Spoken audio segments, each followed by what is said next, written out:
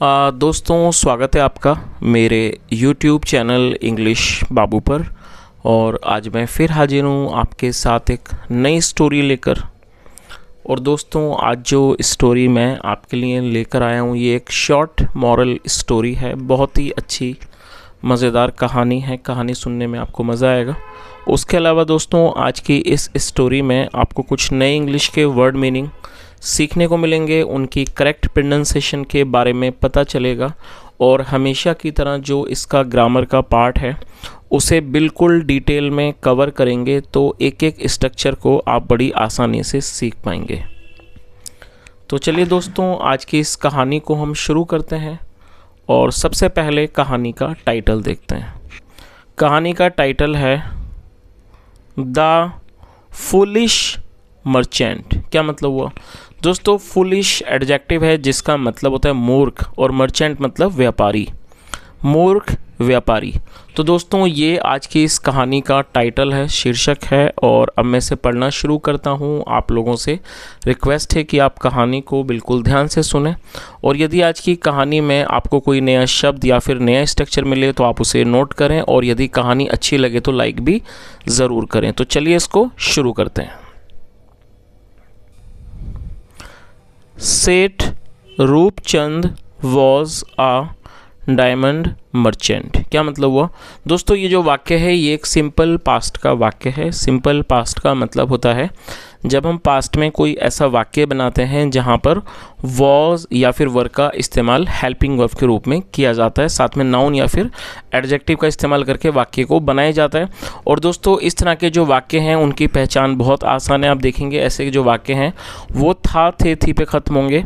और ऐसे वाक्यों में सिर्फ वॉज या वर का ही इस्तेमाल किया जाएगा, और उसके अलावा कभी भी वर्ब का प्रयोग नहीं किया जाएगा। तो इस तरह के जो वाक्य हैं उन्हें नो एक्शन सेंटेंस भी कहा जाता है। तो यहाँ पर जो वॉज है हेल्पिंग वर्ब के रूप में किया गया है इस्तेमाल, और जो सब्जेक्ट है वो सिंगुलर है, और सिंगुलर के साथ वॉज का इस्तेमाल किया जाता है। तो क्या अर्थ हुआ?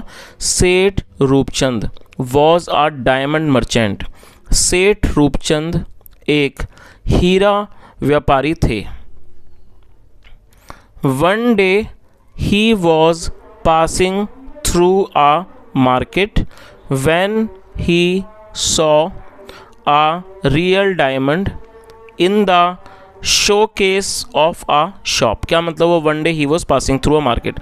दोस्तों, ये जो वाक्य है ये एक पास्ट कॉन्टिन्यूस का सेंटेंस है। पास्ट कॉन्टिन्यूस का मतलब होता है रहा था, रही थी वाले वाक्य। ऐसे वाक्य जहाँ वाक्यों की टेल पर रहा था, रही थी, रहे थे जैसे शब्द आए, ऐसे वाक्यों को पास्ट कॉन्टिन्यूस का वाक्य कहा जाता है। और पास्ट कॉन्टिन्यूस में वॉज या फिर वर का इस्तेमाल हेल्पिंग वर्ब के रूप में किया जाता है। आई, ही, शी, इट में वॉज का यूज़ किया जाता है, और we, you, they plural noun के साथ वर का यूज़ किया जाता है। और उसके अलावा दोस्तों, पास्ट कॉन्टिन्यूस में वर्ब की फोर्थ फॉर्म का यूज़ किया जाता है। वर्ब की फोर्थ फॉर्म का मतलब होता है आईएनजी फॉर्म। और आप इसे नोट कर लीजिए, पास थ्रू का मतलब होता है कहीं से होकर गुजरना, किसी के बीच से या फिर मध्य से होकर गुजरना। तो क्या अर्थ हुआ? वन डे एक दिन, he was passing through a market एक दिन वह एक बाजार से होकर गुजर रहे थे। वैन जब, ही सॉ जब उन्होंने देखा, या कह सकते हैं उसने देखा, अ रियल डायमंड एक असली हीरा देखा, in the showcase of A shop एक दुकान के शोकेस में। और दोस्तों, ये जो वाक्य है ये पास्ट इंडेफिनिट का अफर्मेटिव वाक्य है। जो ऊपर जो वाक्य था ये पास्ट कॉन्टिन्यूस का था, और ये जो वाक्य है ये पास्ट इंडेफिनिट का अफर्मेटिव वाक्य है। और जब हम पास्ट इंडेफिनिट में कोई भी अफर्मेटिव का वाक्य बनाते हैं तो वहाँ वर्ब की सेकंड फॉर्म का यूज़ किया जाता है। सी मतलब होता है देखना, और सेकंड फॉर्म है सॉ। तो इस तरह से पूरी लाइन का क्या अर्थ निकला कि one day he was passing through a market, एक दिन वह बाजार से होकर गुजर रहे थे। वैन ही सॉ जब उन्होंने देखा, अ रियल डायमंड एक असली हीरा देखा, इन द शो और कहाँ देखा? In the showcase of A shop एक दुकान के शोकेस में। चलिए आगे देखिए। The shop was of artificial jewelleries and stones. क्या मतलब हुआ? The shop was of artificial.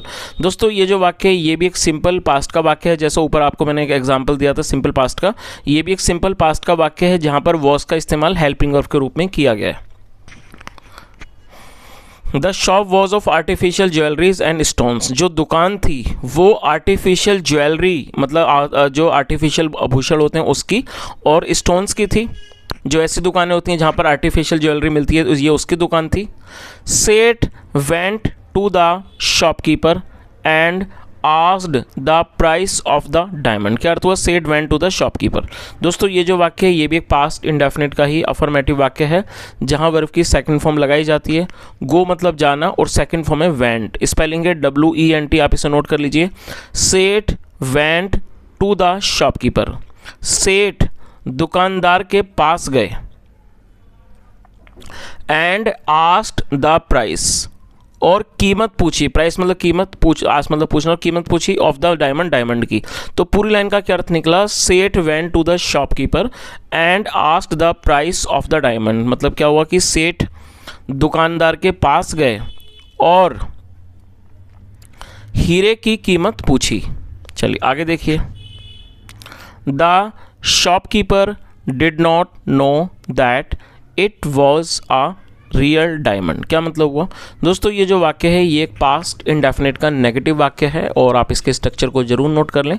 जब हम पास्ट इंडेफिनिट का में अफर्मेटिव बनाते हैं का वाक्य बनाते हैं तब हमें सेकंड फॉर्म का यूज़ करना होता है, लेकिन जब हम नेगेटिव वाक्य बनाएंगे तो नेगेटिव वाक्यों में सब्जेक्ट के बाद डिड नॉट को मैंशन किया जाता है। सब्जेक्ट के बाद डिड नॉट, और डिड नॉट के बाद हमें हमेशा ही वर्ब की फर्स्ट फॉर्म का यूज़ करना होता है। तो आप चाहें तो इसे नोट कर लें कि जब आप पास्ट इंडेफिनिट में कोई भी वाक्य बनाएंगे यदि वो अफर्मेटिव का होगा तब हमें सेकंड फॉर्म का यूज़ करना होगा, लेकिन यदि वो अफर्मेटिव के अलावा कोई भी होगा, नेगेटिव इंट्रोगेटिव या फिर इंट्रोगेटिव नेगेटिव, तब आपको सेकंड फॉर्म का इस्तेमाल वहाँ पर नहीं करना होता है, तब आपको वर्ब की फर्स्ट फॉर्म का यूज़ करना होता है। चलिए तो क्या अर्थ हुआ? The shopkeeper did not know, know मतलब जानना, the shopkeeper did not know that it was a real diamond. क्या अर्थ हुआ कि दुकानदार नहीं जानता था कि it was a real diamond, कि ये एक असली हीरा है। दोस्तों यहाँ पर मैं आपका एक छोटी सी बात पे ध्यान दिलाना चाहूँगा। देखिए यहाँ जो it was a real diamond, यदि आप सिर्फ इस वाक्य के बारे में बात करें, ये एक सिंपल पास्ट का वाक्य है। ऑलरेडी ऊपर मैंने आपको बताया जब हम पास्ट में कोई ऐसा वाक्य बनाएंगे जहाँ पर वॉज या वर्ब का इस्तेमाल किया जाता है, साथ में नाउन या एडजेक्टिव को लेकर वाक्य बनाते हैं, तो ये भी उसी तरह का वाक्य है जहाँ पर वॉज का इस्तेमाल किया गया है और साथ में नाउन है। लेकिन यहाँ पर जब मैंने इसको ट्रांसलेट करा, देखिए ट्रांसलेट में दोबारा करता हूँ, आप इसे सुनिए एक बार। The shopkeeper did not know that it was a real diamond, दुकानदार नहीं जानता था कि ये एक असली हीरा है। अब दोस्तों जब मैंने दूसरे वाक्य को ट्रांसलेट करा तो मैंने पास्ट में नहीं करा, सिंपल में करा। अब आप में से कुछ लोग सोचेंगे कि शायद सर से कोई मिस्टेक होगी, तो दोस्तों यहाँ कोई मिस्टेक नहीं है। जब कोई भी हम ऐसा वाक्य बनाएंगे जहाँ एक वाक्य में दो क्रियाएं हो रही हैं और जो पहला वाला वाक्य है वो पास्ट का है, तो जो उससे अगला वाला वाक्य होगा भले ही वो कि पास्ट में लिखा होगा, लेकिन जब हम उसको ट्रांसलेट करेंगे तब वो प्रेजेंट में कहा जाएगा। तो मैं समझता हूँ आप इस बात को समझ गए होंगे, और यदि आप इस बात को समझ गए हो तो एक बार कमेंट में ज़रूर बता दें। तो इस तरह से पूरी लाइन का क्या अर्थ निकला कि दुकानदार नहीं जानता था कि it was a real diamond, कि वो एक असली हीरा है। चलिए आगे देखिए। ही सैड, उसने कहा, दैट की, उसने कहा कि the cost of the stone was 200 rupees, उसने कहा कि the cost of the stone was 200 rupees. अब दोस्तों देखिए जैसा ये ऊपर वाक्य था ठीक उसी तरह का यहाँ पर एक वाक्य आ रहा है कि जहाँ पर एक पास्ट इंडेफिनिट का ही वाक्य है, ये देखिए पास्ट इंडेफिनिट का है क्योंकि यहाँ सेकंड फॉर्म का यूज़ किया है, और जो उससे अगला वाक्य है वो फिर सिंपल पास्ट का है। तब अब जब हम इसको ट्रांसलेट करेंगे तब भी यहाँ पर भी यही रूल अप्लाई होगा। ये जो वाक्य है इसको तो वैसे ही ट्रांसलेट किया जाएगा, लेकिन जो इसका अगला वाक्य है उसको सिंपल पास्ट ना मान, इसको है तो ये सिंपल पास्ट में, लेकिन जब हम इसको ट्रांसलेट करेंगे हिंदी में तो ये सिंपल प्रेजेंट में ट्रांसलेट होगा। चलिए मैं इसको ट्रांसलेट करता हूँ, आप इसे सुने। ही सैड, उसने कहा, दैट की the cost of the stone was 200 rupees, उसने कहा कि जो कॉस्ट है मतलब जो कीमत है पत्थर की वॉज 200 रुपीज़, वो 200 रुपये है। अब देखिए दोस्तों यदि मैं इसको डायरेक्टली वैसे ही ट्रांसलेट करता हूँ जैसा लिखा है तो इसमें क्या आएगा कि उसने कहा कि जो कीमत है स्टोन की मतलब जो पत्थर की कीमत है वो 200 रुपये थी। तो ये सुनने में भी खुद अजीब लग रहा है कि हम जो कहानी बता रहे हैं उस कहानी में अगर मान लीजिए इसको मैं ऐसे पढ़ता हूँ कि उसने कहा कि पत्थर की कीमत 200 रुपये थी, तो ये कहीं से भी करेक्ट नहीं लगता। तो इस बात को समझ ही गए होंगे कि जब हम कोई ऐसा वाक्य होगा जहाँ पर दो वाक्य हैं, तो जो पहला वाला वाक्य यदि पास्ट का होगा तो उसको पास्ट से बनाएंगे, लेकिन अगला जो होगा वो प्रेजेंट की तरह बनाया जाएगा। तो इस तरह से पूरी लाइन जो इसका सही मतलब निकलेगा वो क्या होगा कि उसने कहा कि पत्थर की कीमत 200 रुपये है। चलिए आगे देखिए, but Roopchand wanted to buy it for 100 rupees. दोस्तों ये जो वाक्य है ये भी पास्ट इंडेफिनिट का ही वाक्य है, जहाँ पर सेकंड फॉर्म लगाई जाती है, और वॉन्ट मतलब चाहना, और ये सेकंड फॉर्म है। बट रूपचंद वॉन्टेड, लेकिन रूपचंद चाहता था, टू बाई इट उसको खरीदना, फॉर 100 रुपीज़ 100 रुपये में। लेकिन दोस्तों यहाँ पे एक स्पेशल बात यह है कि इस वाक्य में दो वर्ब का प्रयोग करके वाक्य को बनाया गया है। आप में से ऐसे कई लोग होंगे जो वाक्य बनाते होंगे, या फिर आप में से ऐसे कुछ लोग जरूर होंगे जिन्हें दो वर्ब के वाक्य बनाने में प्रॉब्लम होती है। तो दोस्तों ये इस तरह के वाक्य बनाने बहुत ही आसान है। बस आपको क्या ध्यान में रखना है कि जब आप पहली वर्ब लगाएंगे उस वर्ब को आपका इस्तेमाल जो करना है वो वाक्य के टेंस के अकॉर्डिंग करना है। लेकिन जब आप दूसरी वर्ब लगाएंगे तब आपको हमेशा ही वर्ब की फर्स्ट फॉर्म का यूज़ वहाँ पर करना होता है। तो दोस्तों आपको बस इसमें इसी बात का ख्याल रखना है कि जब आप कोई भी ऐसा वाक्य बनाएंगे जहाँ पर आप दो वर्ब का प्रयोग करना चाहते हैं, तो जब आप पहली वर्ब का इस्तेमाल करेंगे वो आपको टेंस के अकॉर्डिंगली करना है। अब जैसे मान लीजिए ये जो वाक्य है ये पास्ट इंडेफिनिट का है, और आप जानते हैं जब हम पास्ट इंडेफिनिट में कोई भी अफर्मेटिव का वाक्य बनाते हैं तो सेकेंड फॉर्म का यूज़ किया जाता है, तो यहाँ पर उसका इस्तेमाल किया गया है।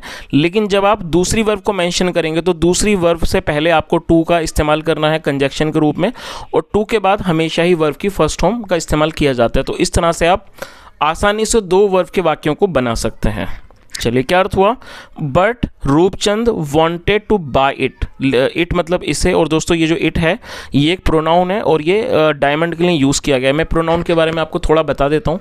प्रोनाउन का मतलब होता है हिंदी में सर्वनाम, ऐसा कोई भी शब्द जो किसी नाउन के स्थान पर इस्तेमाल किया जाए। मतलब जो नाउन है, नाउन का इस्तेमाल ना करते हुए यदि हम किसी अन्य शब्द का इस्तेमाल करते हैं तो उसको सर्वनाम कहते हैं, इंग्लिश में उसी को प्रोनाउन कहा जाता है। तो ये यहाँ पर जो इट है ये हीरे के लिए यूज़ किया गया है। तो इस तरह से इस लाइन का क्या अर्थ निकला, but Roopchand wanted to buy it for 100 rupees, लेकिन रूपचंद उसे 100 रुपये में खरीदना चाहता था। सो इसलिए ही डिसाइडेड उसने फैसला किया, टू कम आने का, आफ्टर ए वाइल मतलब थोड़ी देर के बाद। और दोस्तों देखिए जो चीज़ मैंने ऊपर समझाई थी यहाँ भी आप देखिए दो वर्ब का ही वाक्य बनाया गया है। तो यहाँ भी वही है कि पहली वर्ब के बाद टू का यूज़ किया गया, टू के बाद जैसा मैंने आपको बताया हमेशा ही वर्ब की फर्स्ट फॉर्म लगाई जाती है। तो और डिसाइड का मतलब होता है फैसला करना, निर्णय करना, और ये सेकंड फॉर्म है। तो क्या अर्थ हुआ, so he decided to come after a while, तो उसने थोड़ी देर बाद आने का निर्णय किया। आगे देखिए,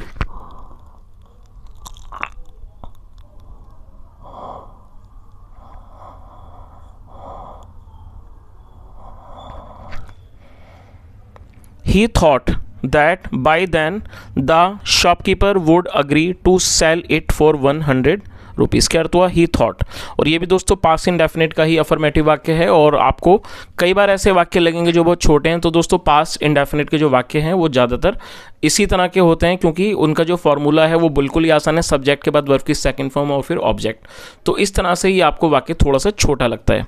और ये थिंक मतलब होता है सोचना, और ये सेकंड फॉर्म है। ही थॉट उसने सोचा, या कह सकते हैं उसको लगा, दैट कि बाय देन मतलब कि तब तक, द शॉपकीपर वुड अग्री जब तक जो शॉपकीपर है वुड अग्री वो सहमत हो जाएगा, टू सेल इट उसे बेचने में, सेल मतलब बेचना, फॉर 100 रुपीज़ 100 रुपये में। तो पूरी तरह से क्या अर्थ ने पूरी लाइन का क्या अर्थ निकला, He thought that by then the shopkeeper would agree to sell it for 100 rupees। उसे लगा, या कह सकते हैं उसने सोचा कि तब तक दुकानदार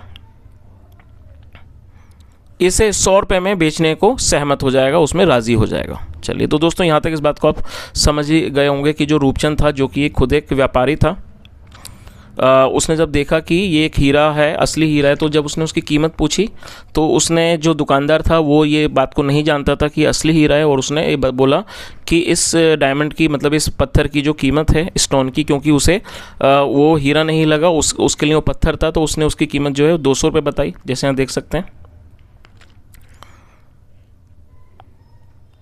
लेकिन जो रूपचंद था वो उसको 100 रुपये में ख़रीदना चाहता था। तो उसने क्या निर्णय किया कि वो थोड़ी देर के बाद आएगा, क्योंकि उसे ऐसा लगा कि अगर वो बाद में आएगा तो जो दुकानदार है वो इसे 100 रुपये में बेचने के लिए राज़ी हो जाएगा। चलिए आगे देखिए। बट वैन ही रिटर्न, लेकिन जब वह लौटा, the diamond had already been sold. दोस्तों आप इसे ज़रूर नोट कर लें, ये जो वाक्य है ये एक पास्ट परफेक्ट का पैसिव वॉइस का वाक्य है। आप में से कई ऐसे लोग होंगे जो एक्टिव पैसिव सीख चुके होंगे, तो ये जो वाक्य है ये पास्ट परफेक्ट का ही पैसिव का वाक्य है, जो कि बनाना बहुत सिंपल है। जब हम पास्ट परफेक्ट में पैसिव में वाक्य बनाएंगे तो ऐसे वाक्यों में हैड बीन का इस्तेमाल हेल्पिंग वर्ब के रूप में किया जाता है, साथ में वर्ब की थर्ड फॉर्म लगाई जाती है। सोल्ड का मतलब होता है बेचना, ये सेल की थर्ड फॉर्म है जिसका मतलब होता है बेचना। ऑलरेडी मतलब पहले से ही। तो क्या अर्थ हुआ इस लाइन का? बट लेकिन वैन ही रिटर्न, लेकिन जब वह लौटा, the diamond had already been sold, हीरे को पहले ही बेचा जा चुका था। रूपचंद हेल्ड हिज हेड, और ये भी पास्ट इंडेफिनिट का ही वाक्य है जहाँ पे सेकंड फॉर्म लगाई गई है। होल्ड का मतलब पकड़ना, थाम लेना, सेकंड फॉर्म हेल्ड, हिज मतलब अपना, हेड मतलब सर। Roopchand held his head, Roopchand held his head, Roopchand ने अपना सर पकड़ लिया। फॉर अ मेयर 100 रुपीज़, और दोस्तों आप इसे नोट कर लीजिए, मैं एक एक वर्ड की मीनिंग आपको बताता हूँ। MERE का मतलब होता है केवल। फॉर अ मेयर 100 रुपीज़, सिर्फ 100 रुपये के लिए he had lost a costly diamond. और दोस्तों यहाँ देखिए हैड के साथ थर्ड फॉर्म का यूज़ किया गया है। पहले इसकी आप मीनिंग को जान लीजिए। जो इसकी फर्स्ट फॉर्म है वो है LOSE, लूज़ का मतलब होता है खोना या फिर गंवाना किसी चीज़ को, और ये थर्ड फॉर्म है LOST, लॉस्ट। और ये जो वाक्य है ये पास्ट परफेक्ट का वाक्य है। पास्ट परफेक्ट का मतलब होता है पास्ट में किसी क्रिया का पूरा होना पाया जाना, और ऐसे वाक्यों में हैड का इस्तेमाल किया जाता है हेल्पिंग वर्ब के रूप में, और साथ में वर्ब की थर्ड फॉर्म लगाई जाती है। तो ये लूज़ की थर्ड फॉर्म है, और ये जो वाक्य है वो पास्ट परफेक्ट का वाक्य है। तो इस तरह से पूरी लाइन का क्या अर्थ निकला? फॉर अ मेयर 100 रुपीज़, केवल 100 रुपये के लिए, he had lost a costly diamond, वह एक कीमती हीरे को गंवा चुका था। चलिए, तो दोस्तों इस तरह से ये छोटी सी कहानी ख़त्म होती है, और मैं उम्मीद करता हूँ कहानी आपको अच्छी लगी होगी, और मैंने अपनी तरफ से पूरा प्रयास किया आपको एक एक चीज़ अच्छे से समझाने की, and I tried my level best. And if you really enjoyed the session and if you really liked the video, do like this video and tell me in the comment what thing you liked most in this video. And apart from this, if I talk about the moral of the story, I guess you can easily understand that what can be the moral of the story. The moral of the story is very simple, that you know the greed is something which is not good for anyone, because in this story, the story was about this diamond merchant who knew that it is a real diamond, the price could be very high, but still he was a very greedy person. That was the reason that he did not buy it in 200 rupees. He thought that if I come back after some time, there are chances that the shopkeeper would sell me, and but his assumption was wrong, because when he came to know that the diamond had already been sold. So this story teaches us, or I think that this story gives us this moral, that we should never be greedy, because greed is something which is always harmful for us. So guys, this is for today. I hope you enjoyed this video, and this is my request, guys, that do tell me in the comment section what you liked most about the story. Thank you so much for listening. Have a nice day, and bye.